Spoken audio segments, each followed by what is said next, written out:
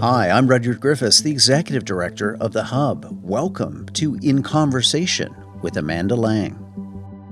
On this program, you'll hear journalist and best-selling author Amanda Lang's analysis of contemporary events, issues, and ideas exclusively for The Hub.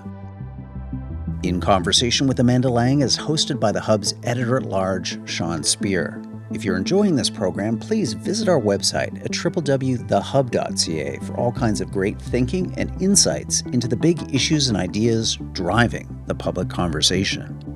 The Hub's podcasts featuring Amanda Lang are generously supported by the Linda Frum and Howard Sokolowski Charitable Foundation.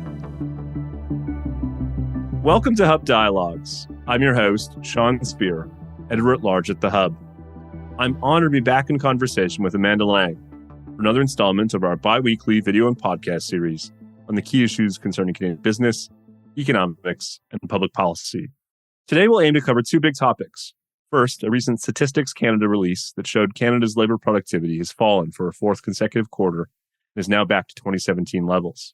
We'll discuss what it means for Canadians and what policymakers ought to be doing about it.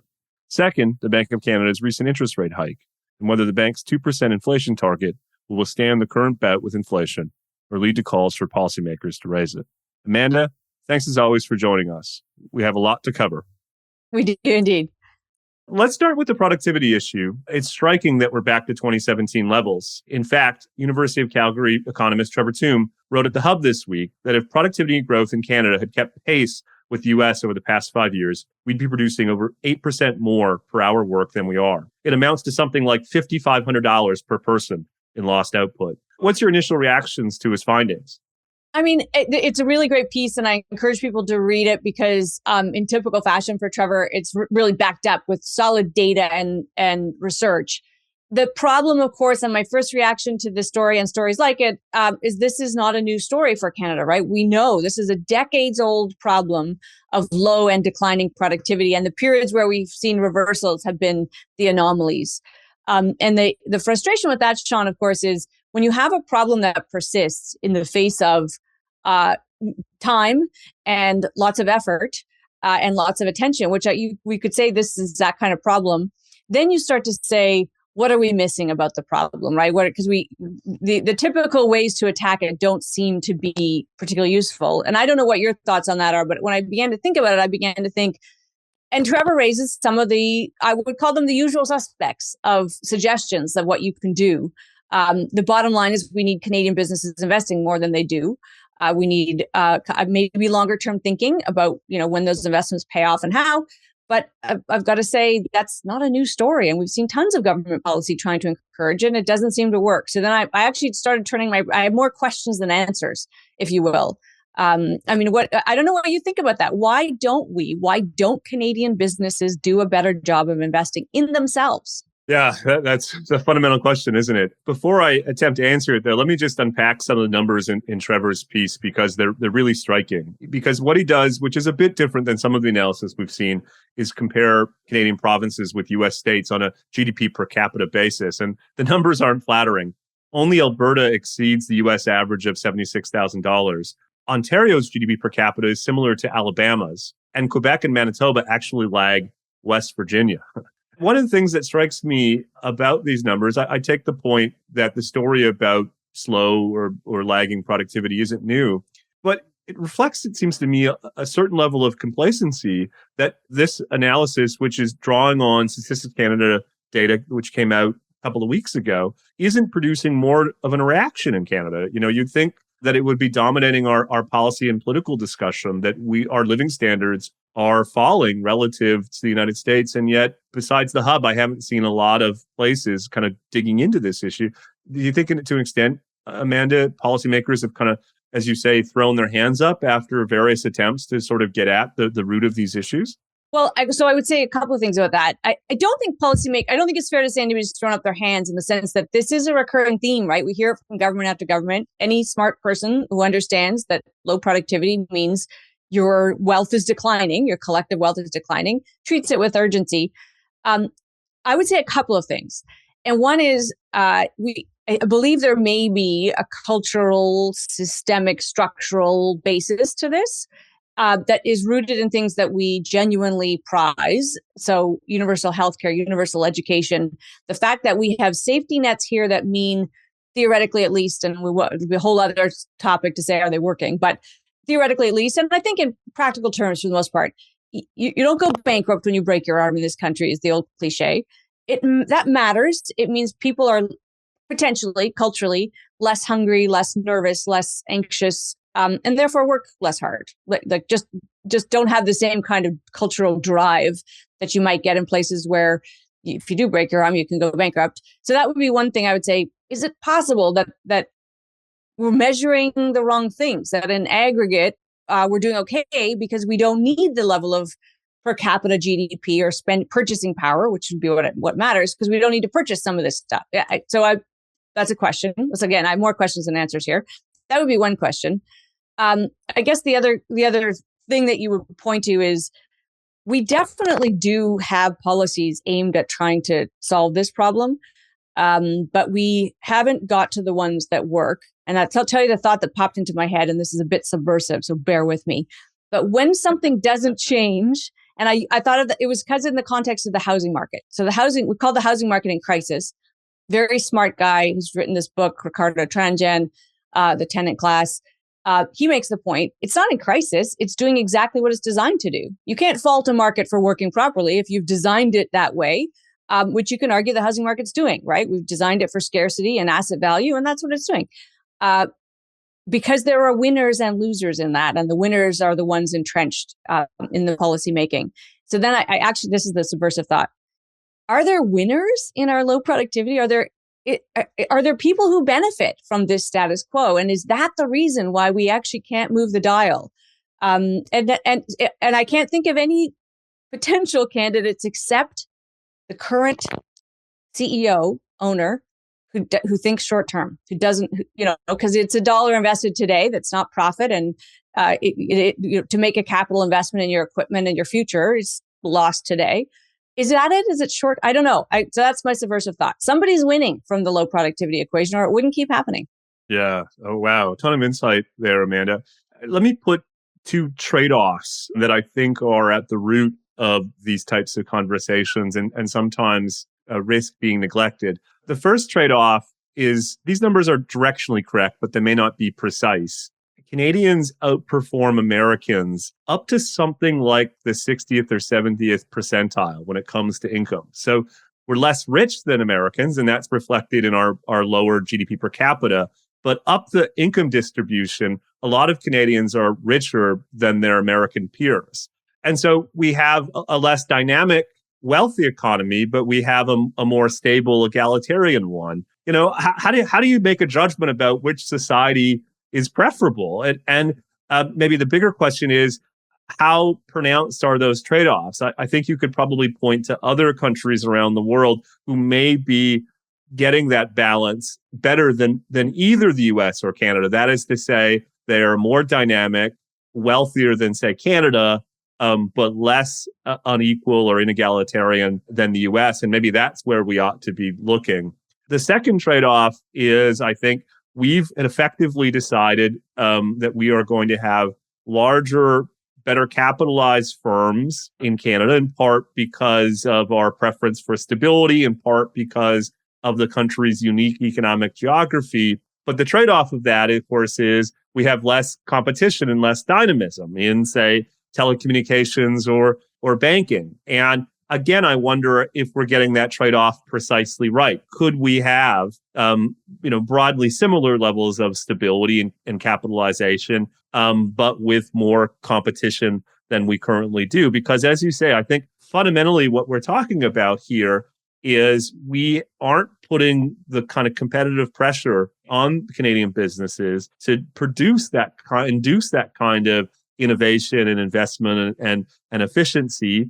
And that comes with some costs. It may come with some benefits, but I think what these numbers show is we probably need to focus a bit more on the costs and consequences of those choices that we're making.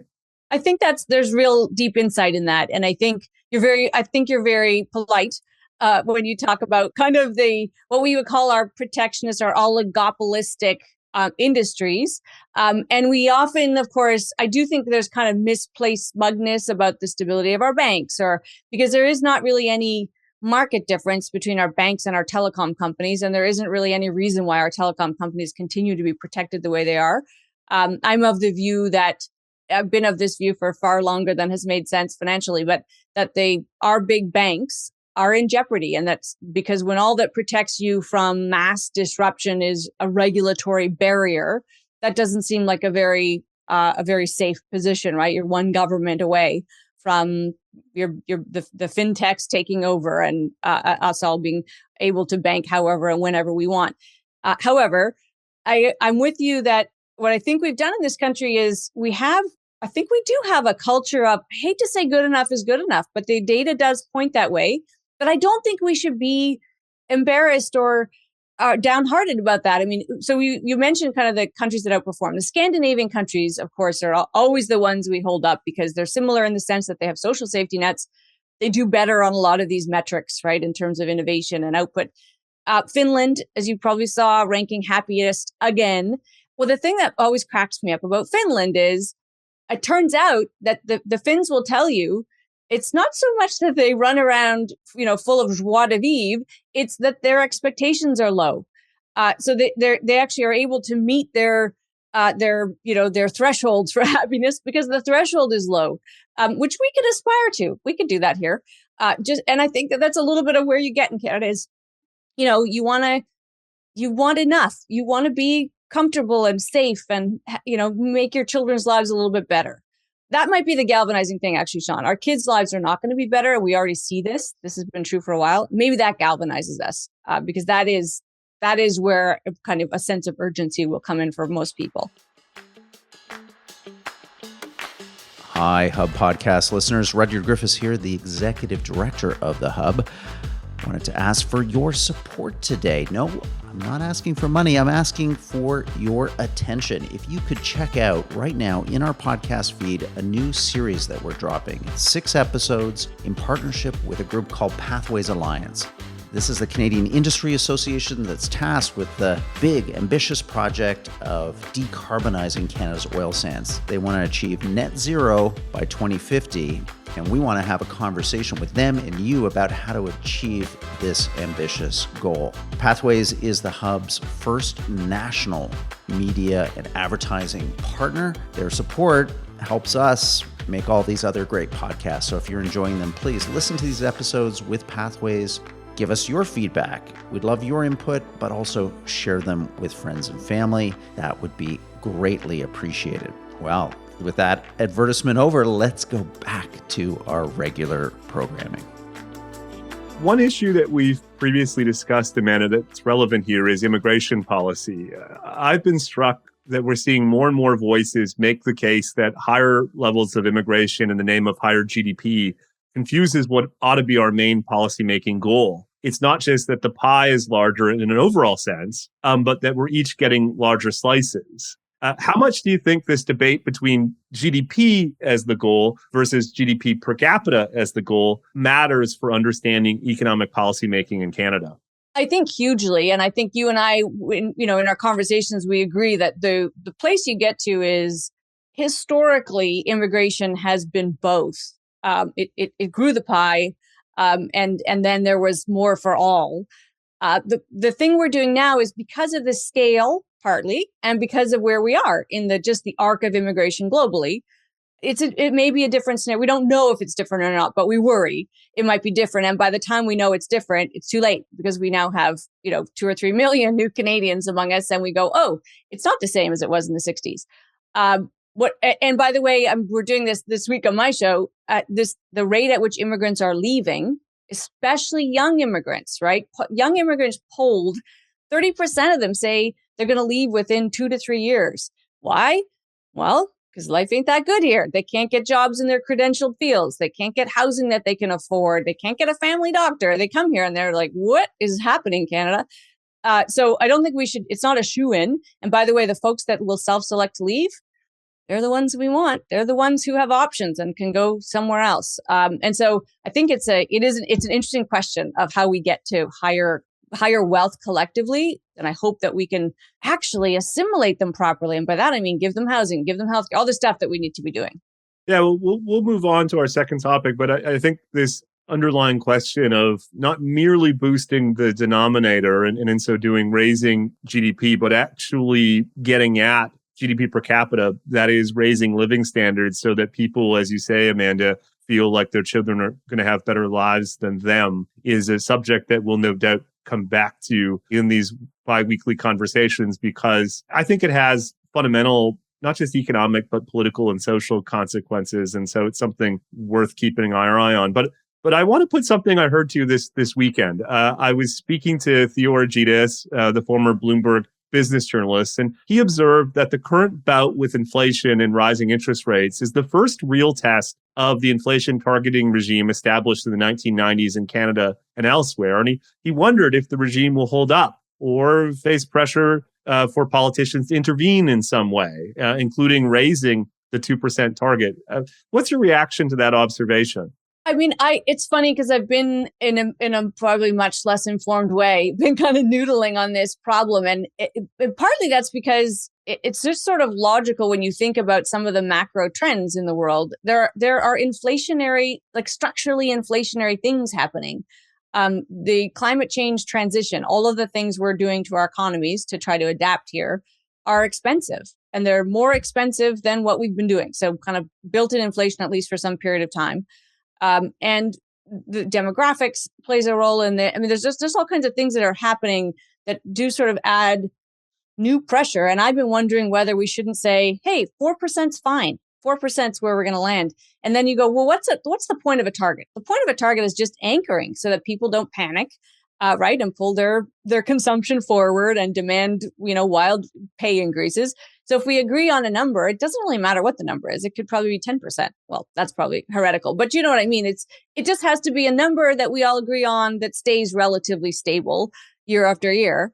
I don't think there's a magic in 2. And now the flip side of that, Sean, will be every time monetary policy isn't working the way people think they should, they come up with new theories, Exhibit A being modern monetary theory, as in, we don't understand this. Let's put a name to it. And so I agree that caution should be brought to this subject, but I don't know. It does make sense to me that like people like you are starting to ask, what's the point of that firm a target, and do we need to be this dogmatic about it? And have we already gone too far? You can argue that the central banks have already gone too far in pursuit of 2%. Yeah, well, we're seeing some of those arguments manifest themselves. There are voices who are essentially calling on the bank to live with a little more inflation if it means avoiding a recession. Tiff Macklem has resisted those demands. In preparation for our conversation, Amanda, I went back and read an interview he did with the Toronto Star in November. And what's interesting is he observes that he doesn't think an unemployment rate of 5.2% is sustainable. I would note for listeners and viewers, that just happens to be our current unemployment rate. So what do you think about Macklem's seeming commitment to the 2% target? And do you envision a world in which one of the major political parties might come out in favor of raising it? Yeah, I mean, I'd be the first in line to be cautious about this becoming politicized because, of course, governments, especially governments with deficits, have other motives for liking inflation, and they're not ones I'm comfortable with. But do here's what I know from the way outside our central bank is that it's full of very smart people, and it's full of smart people who aren't overly dogmatic, about kind of data and what it looks like and whether they should adjust. And there's a lot of good thinking going on. So I would be beyond shocked if somewhere inside the Bank of Canada, people weren't already having these conversations and trying to put some structure, right? Some research and thought around what that looks like. But of course, as we know, the central banker can never say that. There's no way Tiff Macklem could come out and say, maybe 4 is okay. He has to stay until the day he changes his mind officially. He has to stay true to 2. I actually think he believes in 2, or he wouldn't have done this most recent rate increase. I think history may show this most recent rate increase. Well, I actually don't. I don't know what you think. I'm of such mixed mind. Here's what I think. I think they're targeting household spending. I think the household spending data in the last GDP report is what got them riled up. We're not listening. We're still out there spending like it's all going to go on forever. And they're here to say, stop it. I don't think the housing market can be something they target, because going back to kind of these structural issues we have, and a problem nobody seems to want to solve, we have a supply problem. And as long as we have a supply problem and increased immigration, we're going to have, inflationary, if you will, pricing in homes as well. So they can't possibly want to get a housing correction underway. That doesn't make any sense to me. So it's just our spending. I don't know. I mean, I know I'm saying two things, which is I think they're probably talking about it, and they're also refusing to say it out loud. What are you hearing in the business community, Amanda? Is it still generally hawkish on getting inflation under control, or are these interest rate hikes creating some doves? It's interesting. Like, I think the business community is very focused on the practical issues that cause inflationary pressure for them. So supply chain issues, anything that actually they're seeing as, and I've definitely, not very many business leaders outside the financial services world kind of think about the direct impact of monetary policy on their inputs. And so much of their input price pressure has been non-monetary policy related, except for the many, many years of way too loose monetary policy that I just don't think there's a super clear connection for many. What we can agree is that their inputs are still too high. And so this is actually where it gets really interesting, right? After a year, 2 years, they adjust. They're starting to adjust. And that's where you can kind of say, well, maybe now that we've leveled up on some wages, we've figured out how to source our lumber, we figured out how to make those markets come to some kind of neutral balance. Maybe it's okay. Maybe, you know what I mean? Maybe we can do this. And maybe that's why the stock market continues to just merrily roll along. Maybe a good way to wrap up is to try to connect the dots between the two stories that we've been talking about. My main apprehension with rethinking the inflation target, although accepting that 2% is mostly arbitrary, it's more than 1 and less than 3, is that, it seems to me Canada's track record on central bank independence and its performance as a price stable country with a sensible monetary policy is one of the few kind of competitive advantages that we have in terms of attracting foreign direct investment and competing for product mandates and so on, all which are ultimately crucial in trying to boost that poor productivity record that we talked about earlier. And so it seems to me if we were to go down this route, we'd have to be careful that we don't harm those perceptions, because removing that calling card for Canada, I'm afraid risks not leaving us with very much in a kind of increasingly competitive world when it comes to capital and people and so on. We still have all the fresh water. Don't forget that. That's true. They'll come for the water one day. So I do hope that the extent to which those conversations are taking place at the bank and in the Department of Finance, and I completely agree that it would be irresponsible, at least not to be thinking of the trade-offs. There's another subject we've talked a lot about today that, as you say, cautiousness ought to be the kind of guiding principle, but it ought not to be the guiding principle for these conversations. We've even delved into subversive ideas, which is a lot of fun. Amanda, thank you so much for joining me. As always, I look forward to catching up in a couple of weeks. Great to talk, Sean.